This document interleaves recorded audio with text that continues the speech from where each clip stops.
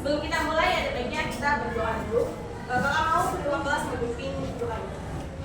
Ayo, Tum. Sebelum kita mulai belajar, mari kita berdoa bersama-sama dan ketika kita masing-masing doa dimulai.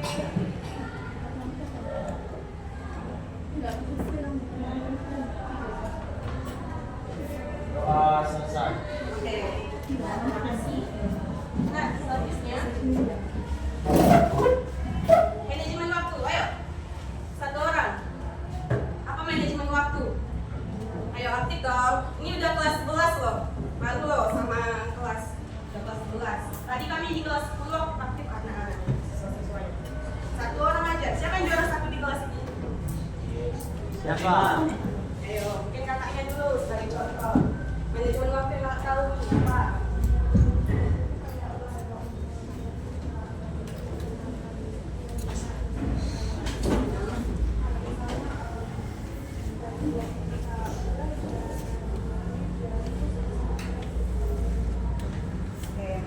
Benar ya, Dek? Manajemen waktu adalah mengatur waktu. Nah, di sini juga dijelaskan secara teoritis, manajemen waktu adalah proses mengatur, merencanakan, dan mengontrol bagaimana seseorang membagi waktunya untuk berbagai aktivitas. Nah, adik-adik ini kan masih sekolah, berarti aktivitasnya adalah belajar. Oke. Nah, tujuannya adalah untuk bekerja lebih produktif, memprioritaskan tugas penting dan mencapai keseimbangan antara pekerjaan dan aktivitas sosial. Adik-adik pasti bersosial kan, berkawan. Ada yang introvert atau nggak mau berkawan? Ada?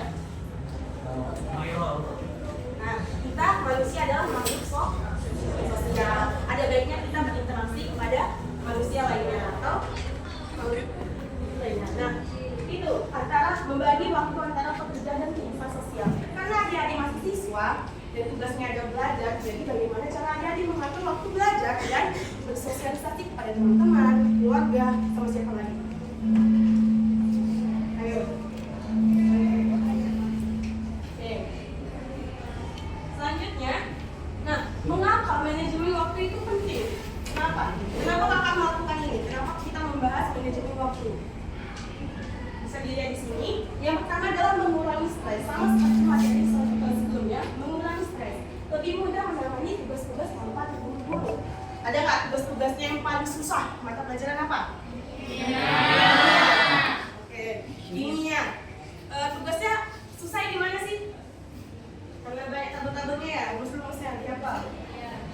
Iya. Nah, kan adik-adik ini ada berapa mata pelajaran total? 13, 12, nah, banyak. Dan setiap mata pelajaran pasti ada tuh tugasnya. Itu bagaimana cara adik-adik harus mengatur waktu agar tidak mengalami stres. Karena apa? Karena tugas-tugas dari 12 mata pelajaran itu menumpuk. Itu mengakibatkan stres. Misalnya nih, dalam satu hari tugas kimia dan tugas matematika dikumpulkan dalam satu hari. Sedangkan tugas kimia adik belum kerjakan. Otomatis waktu guru masuk ke kelas dan juga menagih tugasnya, apa yang adik rasakan? Takut kan? Dengan takut nilainya jelek, iya nggak? Ya pastinya. Nah, itu akan mengakibatkan stres. Atau misalnya adik-adik gak mengerjakan kedua tugasnya, di rumah kerjanya tadi main HP. Tuh. Oke, selanjutnya ya, pada kita meningkat waktu. Yang kedua adalah meningkatkan produktivitas. Fokus pada hal yang paling penting. Fokus pada hal yang paling penting. Karena tugas adik-adik belajar, fokus dulu kerjakan tugasnya, jangan main HP dulu. Adik, kakak tahu karena sekarang kan kita zaman milenial, apa-apa digital, ya nggak? Ya kan? Ayo dong, aktif dong. Dan tadi diam aja. Ya kak. Nah, meningkatkan produktivitas. Oke, karena tugas adik-adik ada belajar, utamakan dulu tugasnya, dikerjakan dulu. Kimia, jangan dulu kimia itu. Baru adik-adik melakukan aktivitas lainnya. Nah, yang kedua adalah mencapai tujuan. Mencapai tujuan, membantu mencapai tujuan jangka pendek dan jangka panjang. Jangka pendeknya apa kak? Jangka pendek seperti tadi, tugas-tugasnya. Jangka panjangnya apa? Adik-adik nanti kan setelah tamat SMA, pasti adik-adik akan lanjut ke dunia tinggi, akan yang mau bekerja. Itu dia. Pencapaian tujuan jangka panjang ini. Nah, yang keempat adalah mencapai keseimbangan. Membagi waktu secara efektif adalah kunci keluarga dan rekreasi. Kita garis bawahnya rekreasi. organisasi. Jangan tadi kakak ngomong belajar ngatur waktu, tapi nggak ada healingnya apa kita ngomongnya ya. Nah, kita bisa membagikan waktu antara pekerjaan, keluarga dan juga hiburan. Kita perlu hiburan loh deh. Kalau kita terus-terusan sosialisasi, belajar, nggak ada hiburannya pasti stres ya. Nah, selanjutnya adalah nih, bagaimana adik-adik kamu harus tahu ini, bagaimana caranya dari membagi waktunya. Nah, yang pertama adalah penting dan mendesak. Itu adalah bila ada pekerjaan yang penting dan mendesak, maka lakukan segera. Nah, yang kedua adalah penting tapi tidak mendesak. Itu perlu dijadwalkan. Maka kita perlu mengatur to-do list. Ada nggak yang tahu to-do list itu apa? Ada yang pernah gunakan nggak? Ayo, masa ada yang milenial nggak pernah tahu apa istilah to-do list? Ayo, nah itu gunakan jadwal to-do list itu mengatur jadwal adik-adik. Nah, yang ketiga adalah tidak penting tetapi mendesak. Delegasikan, tidak. Dan keempat adalah tidak penting dan tidak mendesak. Maka hapus dari daftar to-do list kita, oke? Nah, selanjutnya ini teknik time blocking. Nah, di sini dikasih tahu adalah tekniknya di mana Anda adik-adik menjadwalkan waktu tertentu untuk tugas-tugas spesifik. Tadi tugas-tugas spesifiknya apa? Atau tugas-tugas yang paling penting itu ya utamanya. Nah, setiap tugas yang di blok, maka ditentukan seperti tadi pakai sebelumnya. Tugasnya itu misalnya kan di HP kita kan tadi ada disampaikan bahwa itu di Instagram kan ada mode tidur ya tulisnya. Nah, aktifkan itu agar bagaimana jadwal adik-adik bermain di sosial media dan juga belajar jadwal. Misalnya menggunakan Instagram selama 30 menit nih, atau 15 menit. Itu jadwalkan. Jangan misalnya adik-adik udah aktifkan mode itu, tapi kan ada media opsi lain nih. Ya kan, skip hari ini gitu kan. Ya jangan, sama aja jadwal adik-adik pasti kan bakal kacau. Selanjutnya ini menghindari gangguan. Untuk mengelola waktu dengan efektif penting mengelola gangguan. Nah, yang pertama adalah matikan notifikasi tidak penting.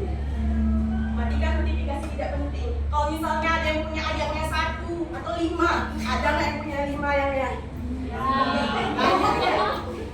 Atau ATS-nya jadwal hari ini ATS-nya 1 jadi selanggo. Atau dari kelas lain dari 11 berapa? Dari 12 lah mungkin. Ada nggak? Siapa yang merasa paling cantik, paling ganteng? Iya. Nah itu, matikan notifikasi tidak penting. Coba matikan dulu. Misalnya ada yang mengerjakan tugas, tapi tiba-tiba muncul nih notifikasi dari ATS-an 1. Satu lagi siapa? Buya. Gak jadi ngerjain tugas. Jadi buka bukunya, muncul notifikasi lagi. Bilangnya dalam hati 5 menit aja, 5 menit aja. Rupanya sampai 5 jam. Gak 5 menit, 5 jam. Nah, buat lingkungan kerja yang nyaman dan tenang. Dek, adik-adik ini kan udah dewasa. Pandai nih memilih mana lingkungan yang baik sama yang enggak. Kakak kan juga gitu loh. Kami di kampus kan memilih lingkungan mana yang bisa membawa kami pada tujuan kami dan mana yang mengurangi efektivitas kami dalam sehari-hari. Kita udah dewasa, kita harus pandai mengatur mana yang baik, mana teman-teman yang bisa mendukung kita mencapai tujuan kita, mana yang hanya menghambat tujuan kita. Itu dilakukan aja dari lingkungan pertemanan. Karena kalau misalnya orang-orang seperti itu, ada yang bertahan di lingkungan seperti itu, sama aja. Itu menghambat tujuan adik-adik. Pasti semua punya cita-cita kan? Pasti ingin membanggakan orang tua, punya sukses, punya jadi kaya, punya uang miliaran, triliunan, ya nggak? Maka adik-adik sepatutnya mengatur bagaimana lingkungan kerja yang nyaman dan tenang. Adik-adik mengatur jadwalnya, karya atau mengejar impiannya. Nah, yang kedua adalah tetapkan batas waktu penggunaan media sosial. Tadi yang dia sampaikan ya, yang di Instagram tadi itu. Karena kalau kami buka Instagram, yang lainnya kalau misalnya tahu aplikasi lainnya, TikTok juga ada ya. Nah, itu gunakan deh.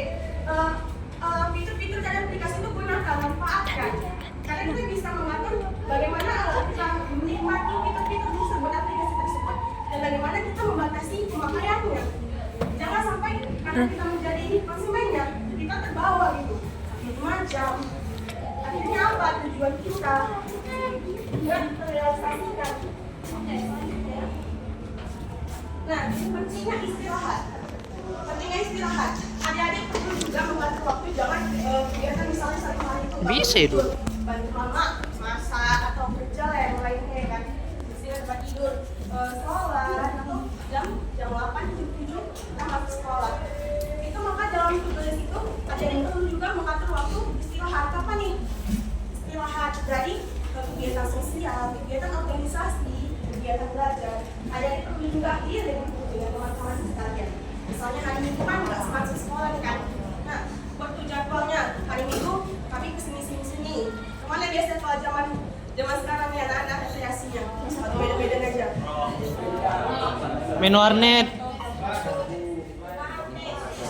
Oh ya, yang non muslim kan ibadah ya. Iya. Tuh. Tapi kan ibadahnya kan juga satu harian kan. Nah, selanjutnya adalah evaluasi dan refleksi. Dan kita yang pertama adalah apakah saya mengerjakan tugas belajar? Jadi tadi makanya kita melakukan to-do list. Kita lihat apakah kita mengerjakan to-do list itu sesuai jadwal atau ada yang perlu dirubah. Nah, selanjutnya apakah saya produktif dalam waktu yang telah saya atur? Kita lihat lagi nih kalau misalnya malam, tadi kan kita pagi buatnya atau sebelumnya. Malamnya kita buka lagi to-do list kita. Apakah udah produktif nggak yang kita lakukan hari ini? Checklist satu-satu. Nah, yang ketiga, apakah ada cara yang lebih baik untuk mengoptimalkan waktu saya? Nah, kalau misalnya tadi udah di seksi yang lebih banyak, nah maka adik-adik perlu refleksi. Apakah perlu ditambah atau cukup segitu aja to-do listnya? Atau perlu ada tambahan lain yang perlu ada kerjakan di hari ini?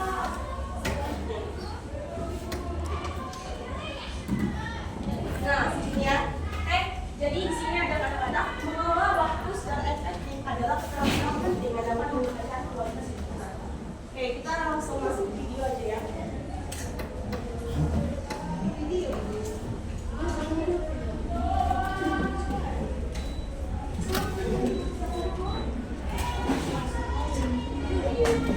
Udah kak.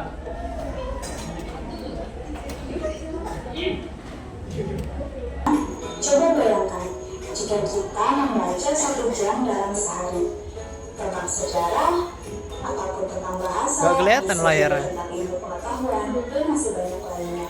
Emang kayak gini kah? Berapa banyak yang kita pelajari setelah 365 jam dalam 1 tahun?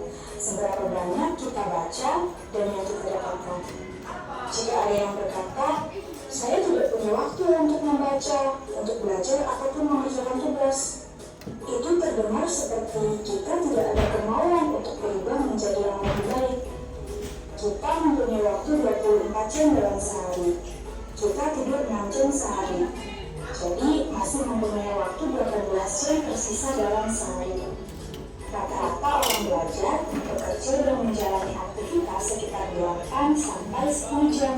Nur, Lalu, jam berapa, Nur? Perjalanan sekitar 1 jam sehari. Mungkin ada juga yang 2 jam dalam sehari. Jadi sekarang kita masih memiliki waktu 6 jam lagi. Lalu apa yang akan kita lakukan dengan 6 jam tersebut? Mungkin kita bisa makan sebentar, bermain sedikit, atau bisa juga mengobrol, melihat status teman di sosmed, menonton hiburan di TV. Kita bisa melihat berapa banyak waktu yang tersedia. Kita bisa bermain bersama teman setelah habis pulang sekolah. Bisa juga membuka media sosial seperti Facebook, video TikTok mungkin, dan mengajak beberapa banyak teman yang mengomentari status kita di Instagram. Kita juga bisa berkumpul dengan teman, mengobrol bersama, jalan-jalan, dan melakukan permainan lain yang membuat kita senang. Oke, itu tidak apa-apa, asalkan jangan kita lakukan setiap waktu. Kita bisa mencoba mengubah kebiasaan seperti itu. Bayangkan saja, jika kita mengatur hari kita dengan belajar, mengerjakan tugas sekolah, kuliah, membantu orang tua, dan melaksanakan aktivitas lain yang lebih bermanfaat untuk masa depan kita dan keluarga. Banyak sekali waktu luang untuk melakukan hal seperti itu. Berangkat ke sekolah untuk belajar, setelah pulang sekolah melakukan aktivitas lainnya. Jika kita mempunyai tugas dari guru, kerjakanlah tugas tersebut. Jika tidak ada tugas, kita bisa belajar kembali apa yang telah dipelajari di sekolah.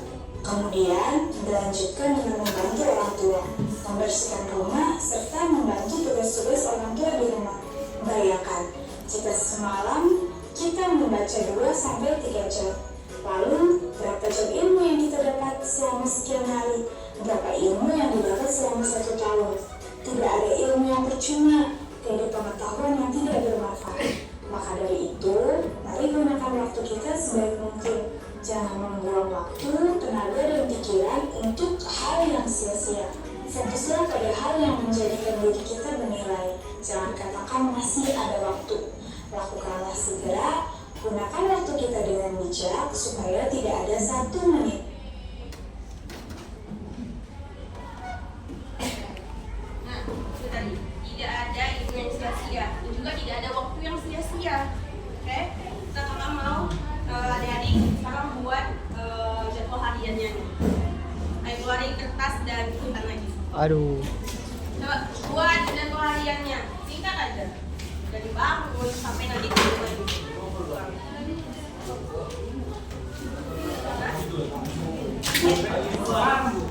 Iya deh sekarang. Sampai malam. Sampai malam.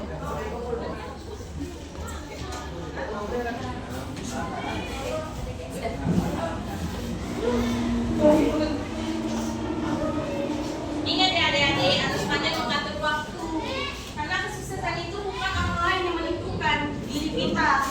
Kalau misalnya adik-adik malas dari sekarang, ya terimalah tuh apa yang didapat nanti setelahnya. Jangan pernah iri loh dengan kesuksesan orang lain. Gak boleh iri dengan kesuksesan orang lain. Coba berkaca, lihat diri kita. Apa yang kita lakukan hari ini, sehingga kita mengalami kegagalan. Kesuksesan ini didapat. Yang udah siap boleh dikumpul.